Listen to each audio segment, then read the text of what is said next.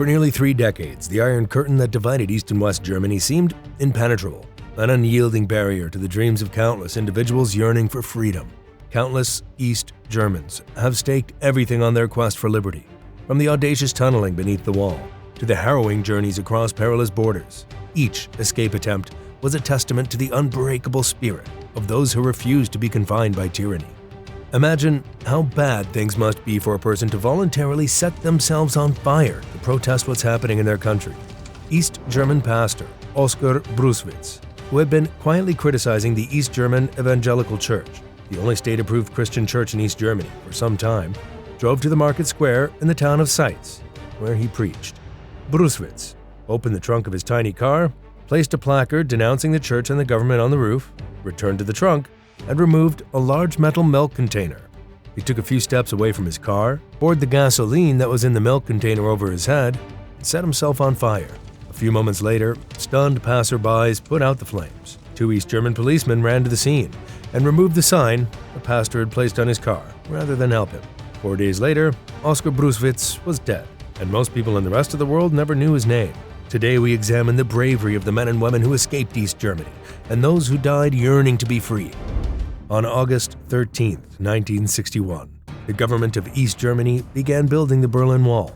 The reason the government gave for building the wall was to protect its citizens from the decadent influences of the West, and to prevent the infiltration of spies. But everyone knew the real reason the wall was built was to keep people in. Between 1946 and 1961, thousands of East Germans made the crossing into West Berlin or West Germany, fleeing the communist dictatorship put in place by the Soviet Union after the fall of Hitler. For a time after the war, the government actually encouraged people to cross the border and work in the Western-controlled parts of Germany and Berlin so they could bring back Western currency and, possibly, valuable information to the communist regime and their Soviet masters. However, by 1960, things had gotten so bad in East Germany that many who left never returned. In 1959, 500 people a day were crossing the border and not coming back. In the first 6 months of 1961, 1,700 people per day had had enough of communism and were leaving their homes in the East for good. So when East Germans woke up in the morning of August 13th, they found barbed wire barriers and soldiers between them and the border, and the wall of cinder blocks being built. Trains to the west had been stopped. It's important to remember that the Berlin Wall wasn't just in Berlin. The entire East German border with West Germany was being sealed off. And of course, since West Berlin was surrounded by East German territory, the borders of West Berlin were enclosed too, though special heavily screened and guarded air, rail, and auto corridors were created. Nearly 860 miles of barriers were made to stop East Germans from leaving their country for freedom. Konrad Schumann. One of the first to escape was a young man named Konrad Schumann. What makes Schumann's escape so interesting is that he was one of the men assigned to prevent escapes. Yeah, Schumann was an East German border guard. As he stood and watched the wall in Berlin being built for a day and a half, he did some thinking. What kind of place keeps their people in? What kind of government am I working for? Do I really want to prevent others from gaining their freedom? On August 15, 1961, in broad daylight, as thousands of West Germans and many members of the press from around the world watched, Corporal Konrad Schumann began to sprint towards the incomplete section of the barrier he was guarding, threw down his machine gun, leaped over the barbed wire fence and cinder blocks, and entered West Berlin before his stunned comrades could do anything about it. A picture was taken of Schumann as he fled. It became one of the most iconic photos of the Cold War and a symbol of the human desire for freedom. Barriers. Within a short time, the East German authorities realized that what they had built was hardly escape-proof. When they made the wall, they had not accounted for the buildings right behind it. Sometimes, the buildings were just a few feet from the barrier, and people lived or worked there. It didn't take long for those East Berliners who wanted to go west to realize how they could make a break for it. They'd just jump. With family on the other side who were still allowed to visit, and with phone lines leading directly to West Berlin, mass jumps were coordinated with West Berliners on the other side of the wall. Most buildings were old 3- or 4-story apartment buildings or abandoned apartments and stores that had yet to be torn down after the war. Many of the early escapes were of men and women jumping over the wall onto blankets and piles of mattresses, clothing, etc. on the other side. Small children were sometimes thrown into waiting arms below. The East German authorities soon realized how easy it was for people to escape and either knocked the buildings down or completely sealed them up. By the time the wall came down in 1989, the wall, including the wall surrounding the entire city and country, was one of the most complex security systems in the world. The wall was built 10 feet high, and in many places, steel rollers were placed at the top so that no one could get a grip on it, even if they made it to the wall in the first place. Getting close enough to get over the wall was a challenge. Throughout the 60s, 70s, and 80s, the communist government developed new and more deadly ways to prevent people from leaving. The first line of defense was the Vopos, the Volkspolizei, the border guards. Many, but not all of the Vopos were dedicated communists and saw escapees as a threat to the nation. Others joined for the extra pay and the privileges that came with the position. The Vopos manned towers that were built within sight of each other all along the inter-Berlin border and around the country.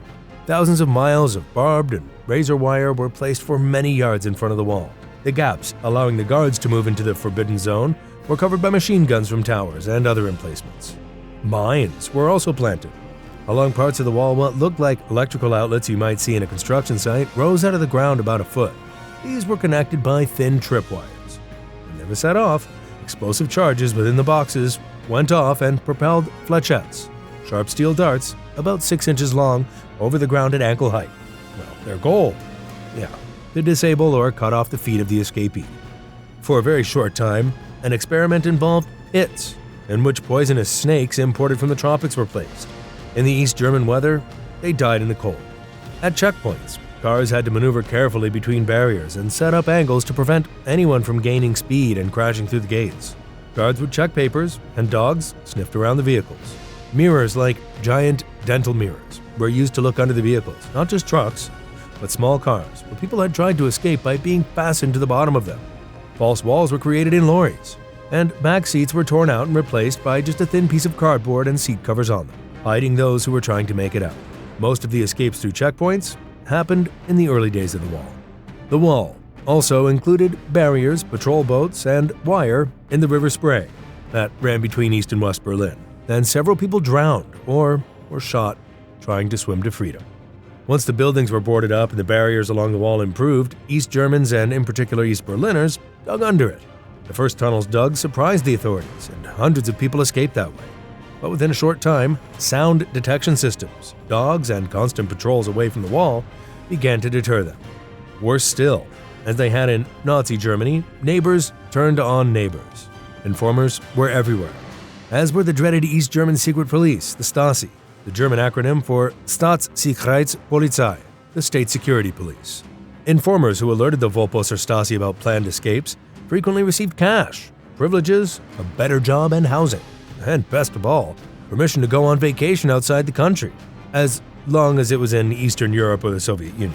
People who were captured planning an escape or in the process of escape when they were arrested could look forward to lengthy prison sentences, usually hard labor.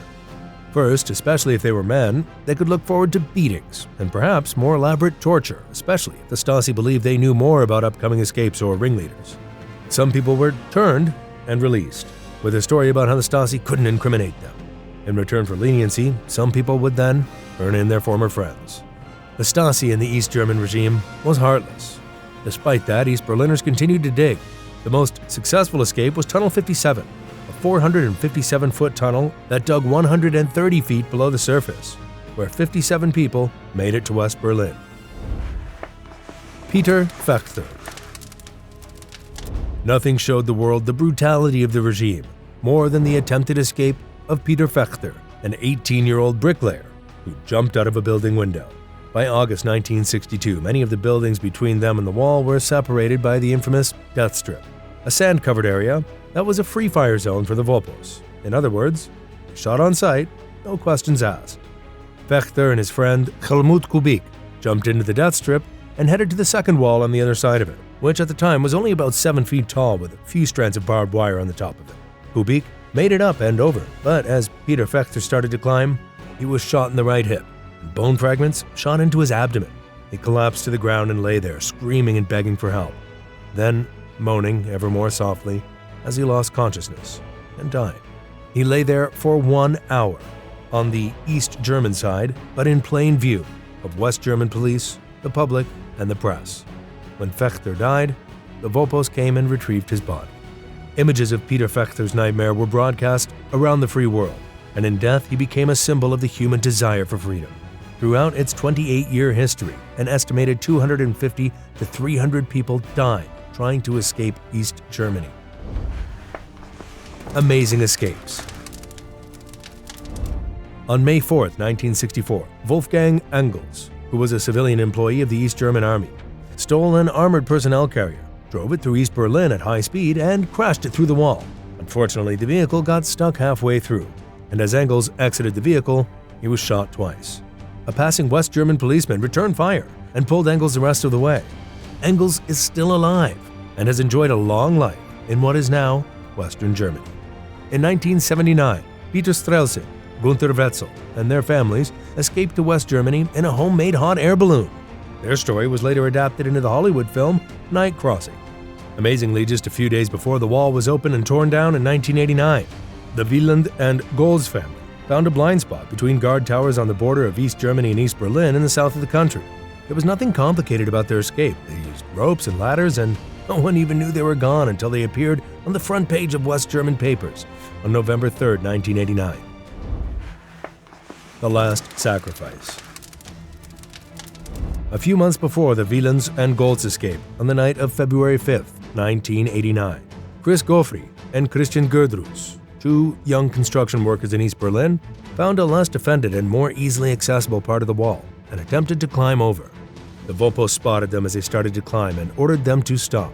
When the young men continued, the police opened fire with AK-47s. Gerdrus made it over to West Berlin, but his friend was shot and killed on the spot. 6 months later, the wall came down. This has been History on Fleek. See you next time.